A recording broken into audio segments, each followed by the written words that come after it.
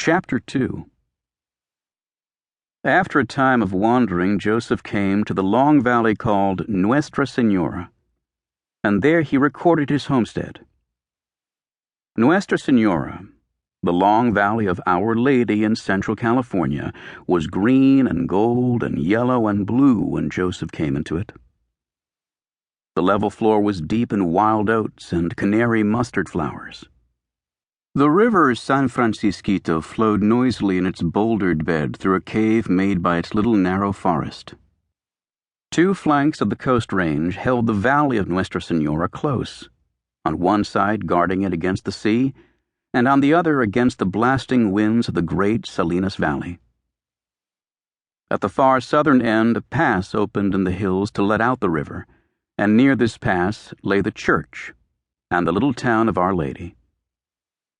The huts of Indians clustered about the mud walls of the church, and although the church was often vacant now, and its saints were worn, and part of its tile roof lay in a shattered heap on the ground, and although the bells were broken, the Mexican Indians still lived near about and held their festivals, danced la jota on the packed earth, and slept in the sun. When his homestead was recorded, Joseph set out for his new home. His eyes glittered with excitement under his broad-brimmed hat, and he sniffed at the valley hungrily. He wore new jeans with a circle of brass buttons around the waist, a blue shirt, and a vest for the sake of the pockets. His high-heeled boots were new, and his spurs shone like silver.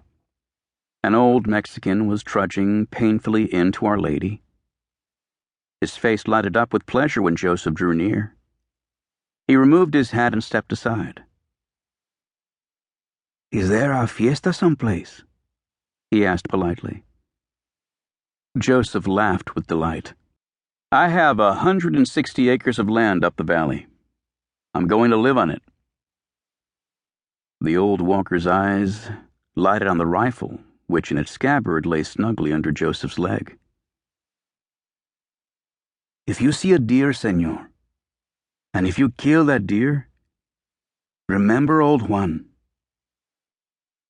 Joseph rode on, but he called back over his shoulder.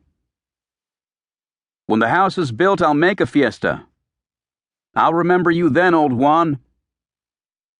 "My son-in-law plays the guitar, senor." "Then he'll come too, old Juan." Joseph's horse walked quickly along, swishing with its hoofs through the brittle oak leaves. The iron shoes rang against protruding stones. The path went through the long forest that bordered the river. As he rode, Joseph became timid and yet eager, as a young man is who slips out to a rendezvous with a wise and beautiful woman. He was half-drugged and overwhelmed by the forest of Our Lady. There was a curious femaleness about the interlacing boughs and twigs, about the long green cavern cut by the river through the trees and the brilliant underbrush. The endless green halls and aisles and alcoves seemed to have meanings as obscure and promising as the symbols of an ancient religion. Joseph shivered and closed his eyes. "Perhaps I'm ill," he said. "When I open my eyes, I may find that all this is delirium and fever."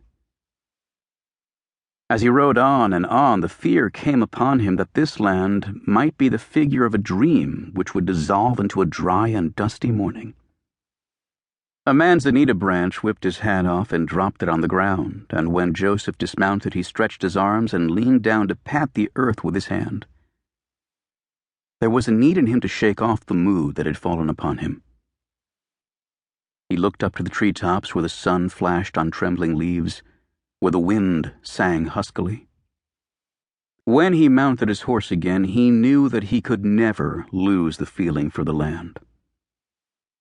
The crying leather of his saddle, the jingle of his spur chains, the rasping of the horse's tongue over the bit roller, sang the high notes over the land's throbbing.